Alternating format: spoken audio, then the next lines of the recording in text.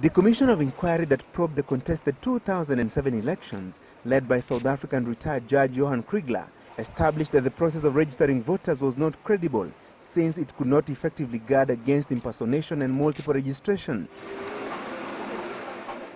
Registration of voters electronically is one of the key pillars in reforming the country's electoral process, and IEBC is expected to kick off a biometric voter registration exercise next month, targeting 18 million voters.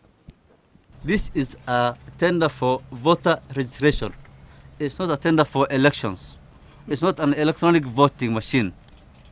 Even if people register more than once or twice, or even if people who are dead are registered, we'll still be able to capture them.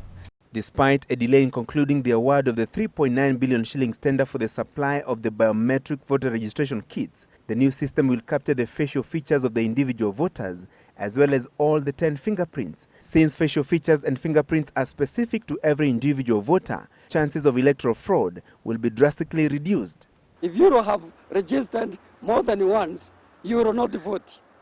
Because what will happen is once you place your finger on that machine and it displays your information, it will show all the places that you have registered.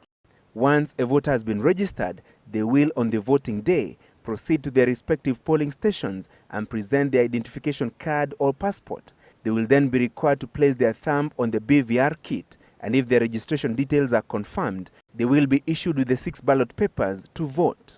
It will help the voter and even the candidates themselves and their agents to accept the results. One of the reasons that triggered the violence after the contested 2007 general election was that some dead voters rose from their graves, went to the polling stations, voted, and went back to their graves.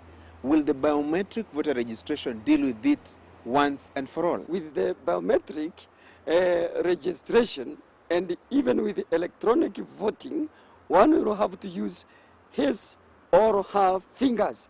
And once you touch that machine, all the details will come on the screen and it will be known that it is you.